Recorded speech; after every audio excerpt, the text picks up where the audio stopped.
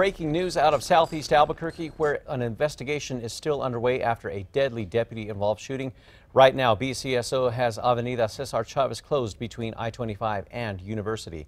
That's also where we find News 13's Sarah Yingling, who is live at the scene with more. Sarah?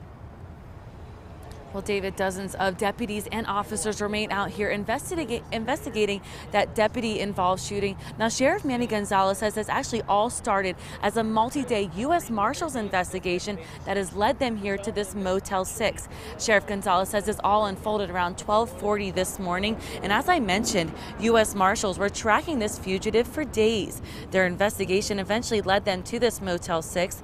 Sheriff Gonzalez describes this as a very dangerous situation.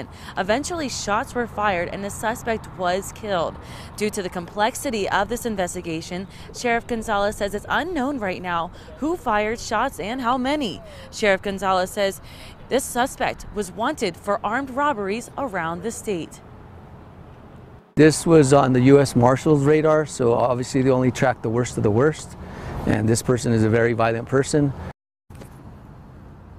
Sheriff Gonzalez says the officers and the deputies involved in this situation are safe. Now, this investigation will last throughout the morning and into the afternoon, so they're asking everyone to avoid this area as much as possible. If you do need to come this way, you can take Langham either direction to avoid this direction and get to work this morning. Back to you.